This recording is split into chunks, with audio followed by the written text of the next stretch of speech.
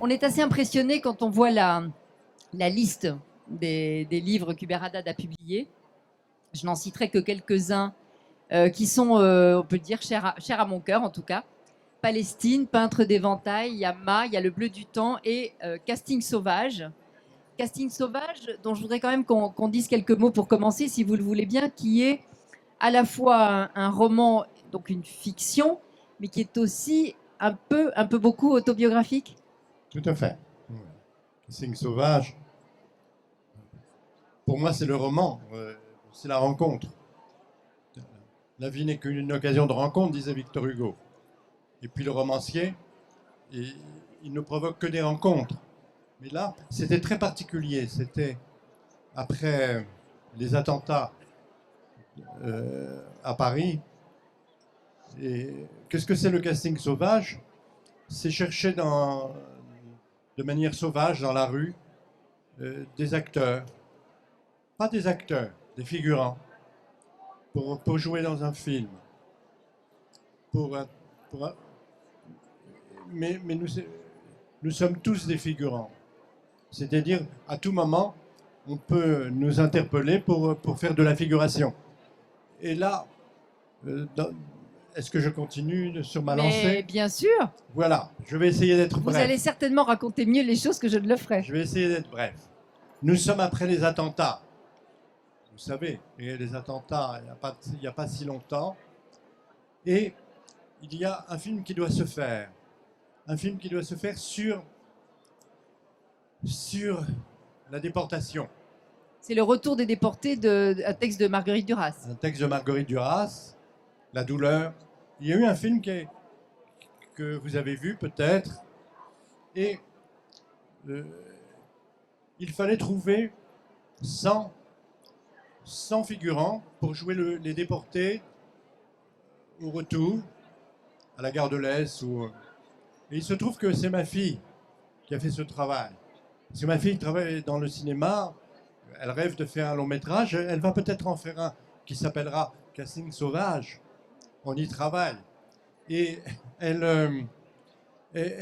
on lui a proposé de trouver 100 figurants à Paris, très maigres, éthiques, vraiment pas bien dans leur...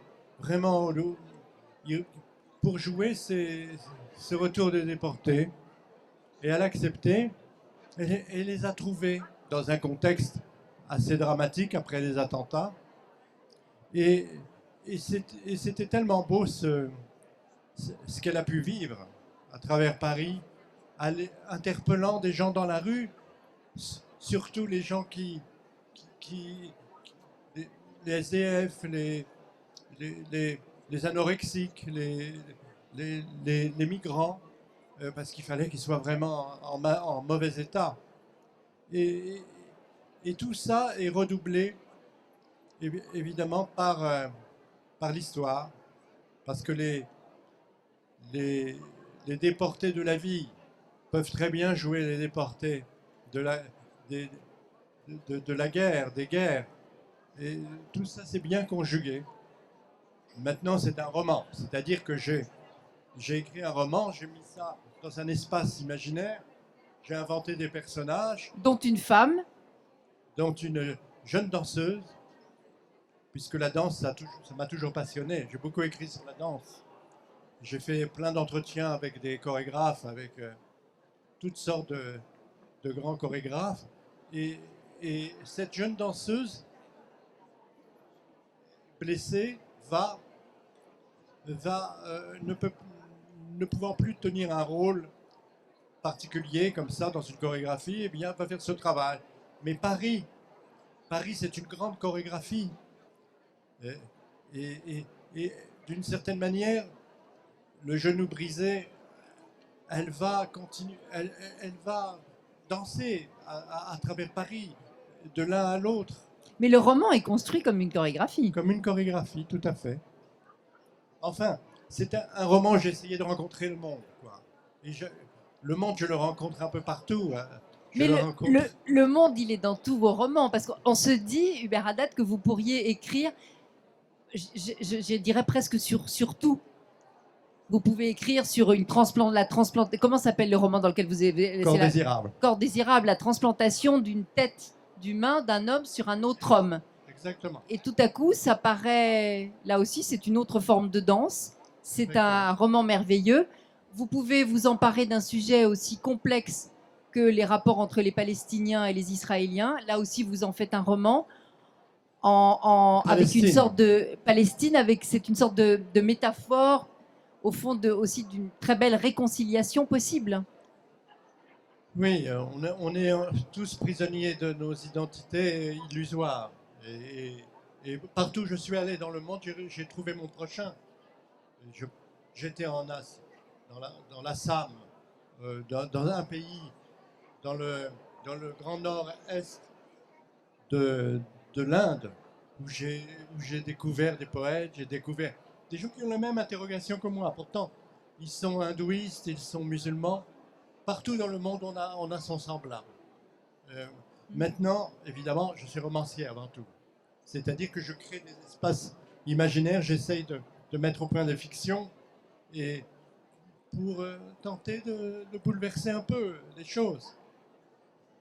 Mais dans Palestine, par exemple, je ne sais pas comment il faut appeler ça, c'est une parabole. En fait, c'est un jeune Palestinien, un jeune soldat palestinien qui est blessé et qui, au fond, est secouru et sauvé. C'est un jeune Israélien, pardon, j'ai dit palestinien, oui, non, oui. pardon, un jeune Israélien. Un soldat israélien, israélien qui est blessé à la frontière et voilà. il y a une action militaire, un attentat, un groupe terroriste qu'on ne connaît pas, qui provoque, et qui l'enlève, et blessé, il va se retrouver, il a perdu la mémoire, il se retrouve dans une famille palestinienne, et il adhère évidemment, puisqu'on est toujours à vif. Mettez bien le micro près de la bouche, parce que sinon on vous entend. On est toujours à vif de ce qu'on vit émotionnel. C'est-à-dire que l'enfant loup, par exemple, un enfant loup, eh bien, il est heureux avec ça, avec la louve et avec cet environnement. Il est heureux, il adhère, il est pris en charge. Partout où il y a de la tendresse et de l'amour, c'est ça la famille. Et lui, il a perdu la mémoire, il est amnésique. Et dans cette famille palestinienne, cette jeune femme qui incarne la cause palestinienne et sa vieille mère aveugle, il va ouvrir les yeux, sans mémoire, et ce qu'il va voir autour, c'est évidemment quelque chose qui lui déplaît, il va adhérer aux valeurs de cette cause. Et ça m'a permis, sachant que c'est un jeune Israélien, de séfarade, ça m'a permis de faire la balance et de montrer que toutes les guerres, toutes ces hostilités, tous ces replis identitaires, c'est une grande tristesse. Parce que la paix, elle peut se faire à tout moment. Partout dans le monde, elle peut se faire à tout moment. Et malgré toutes les puissances économiques, malgré toutes les délations, malgré toutes les morts potentielles qui sont l'abandon de soi, l'espèce de déliquescence pessimiste qu'on voit partout aujourd'hui. Et c'est pour ça d'ailleurs qu'on fait cette revue. C'est d'une certaine manière, c'est pour ça qu'on fait cette revue qui s'appelle La Pullée. Elle est sur le stand, mais il n'y a pas le 4e numéro, Traduire le monde. Eh bien, avec plein d'intellectuels, plein de poètes, d'artistes, de philosophes, surtout, on a décidé de se décaler du côté du Maghreb, de l'autre côté de la Méditerranée, en Algérie principalement. Et en Algérie, on y va tous les ans au Salon du Livre pour parler de liberté. Et tout d'un coup, la liberté éclate. C'est pas nous qui sommes à l'origine.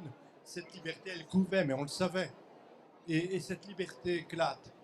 Et dans cette revue, on invite les poètes, les écrivains d'Afrique, et il y en a d'extraordinaires. dans l'espace francophone, mais pas seulement. Et on invite le monde. Et au fond, ce travail-là qu'on fait, c'est le travail que tout intellectuel et tout écrivain, tout poète doit faire. Sinon, qu'est-ce qu'on fabrique? On vend notre guimauve. C'est pas intéressant. On répond aux exigences des différents pouvoirs. On est dans la consommation, ça ne nous intéresse pas. C'est pour ça que moi j'écris en tout cas, et que cette revue est née avec au moins 200, depuis qu'on l'a commencé. Nous sommes au 4e numéro. À chaque numéro, il y a 120 contributeurs du monde entier. C'est fou comme les artistes, ils sont exactement tous sur la même longueur d'onde. Jamais un artiste, jamais un poète, il se mettra en polémique avec un autre artiste, avec un autre poète. Si, pour des motifs dérisoires. Mais quant à l'éthique, à la morale, à l'existence, eh bien, nous sommes tous portés par la même exigence et par la même espérance. Hubert Haddad, vous êtes né en Tunisie, vous avez aussi des accointances avec l'Algérie, puisqu'il se trouve que votre mère, je crois, est algérienne ou était algérienne, je ne sais pas si elle est... Du côté de ma mère, on est de Constantine et de... Voilà. Donc, j'imagine que vous êtes très sensible à la fois, vous avez suivi ce qui s'est passé en Tunisie, puisque c'est quand même un bel exemple là aussi de démocratisation, c'est à l'origine du printemps arabe et de ce qui est en train de se passer en ce moment en Algérie.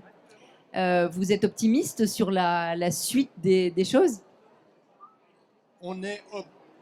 L'optimisme est un combat.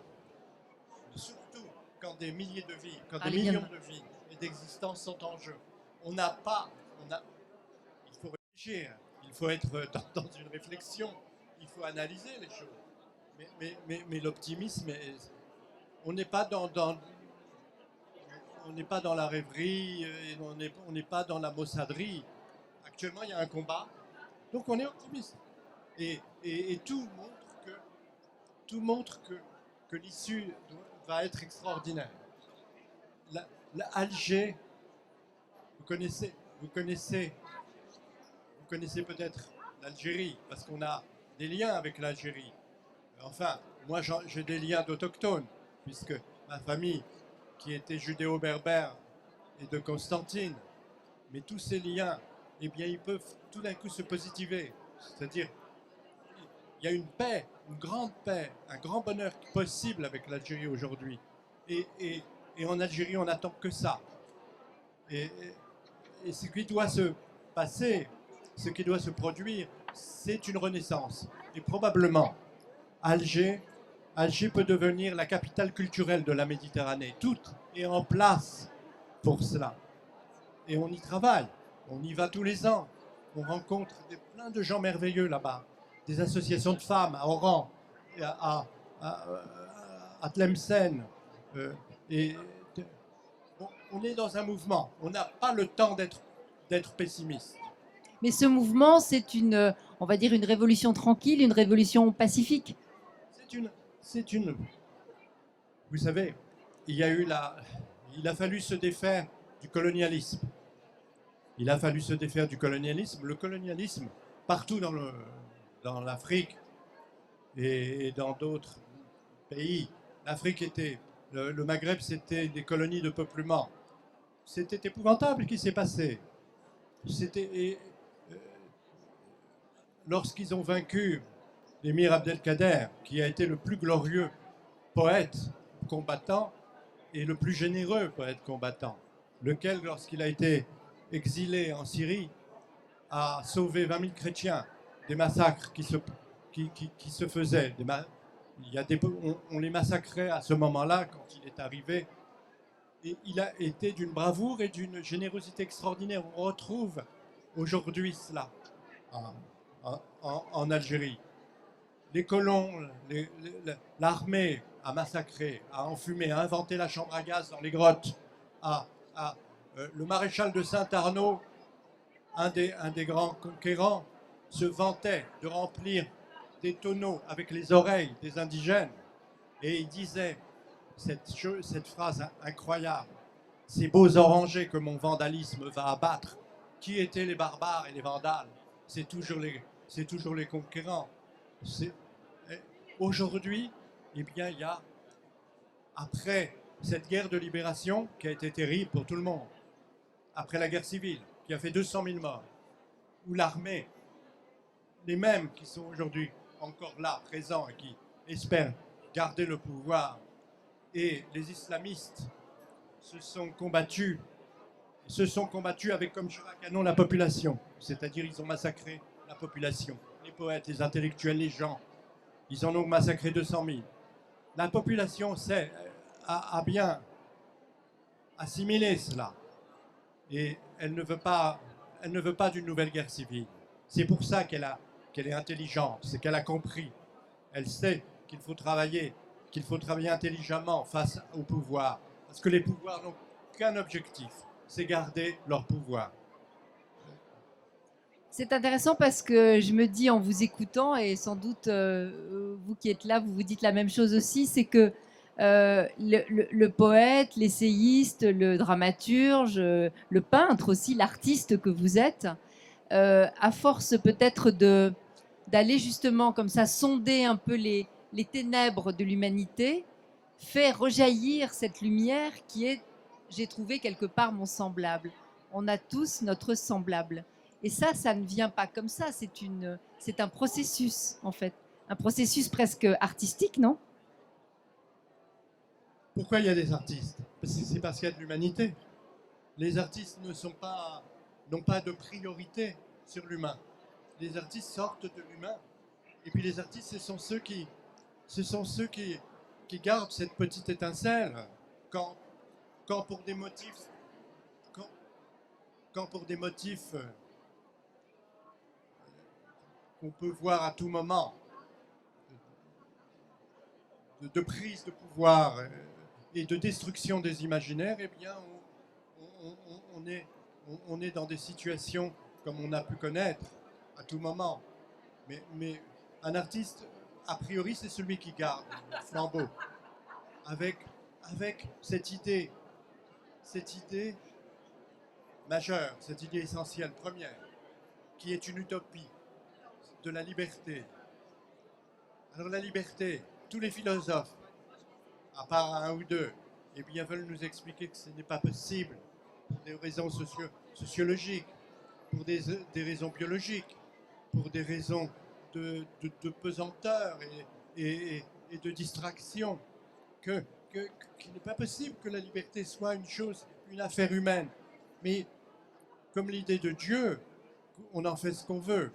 Mais cette idée, ce concept de liberté est né et a porté partout les humains à se défaire des oppressions, à se défaire des aliénations.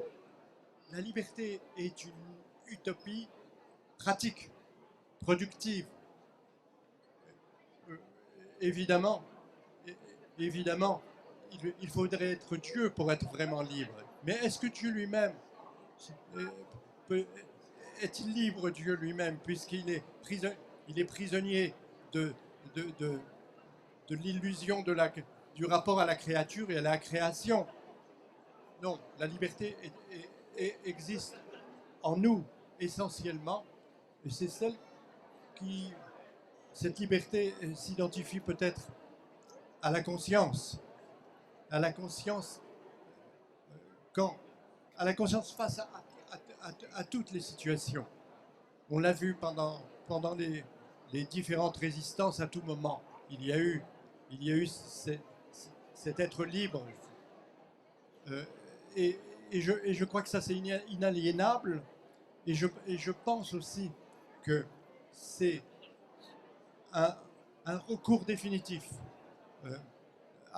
Sinon on peut démissionner. Sinon on peut être alors vraiment pessimiste. Mais le pessimiste, c'est celui qui a abandonné ce recours pathétique, peut-être dérisoire, infiniment romantique. Mais sans ce recours, c'est la démission. Sans ce recours, on accepte toutes les compromissions et tous les pouvoirs. Toutes les dominations, je veux dire. Merci beaucoup, Hubert Haddad. En tout cas, je vous conseille une chose, c'est d'aller vous plonger dans un de ses livres, ou dans tous d'ailleurs, dans certains en tout cas. Merci beaucoup. Merci.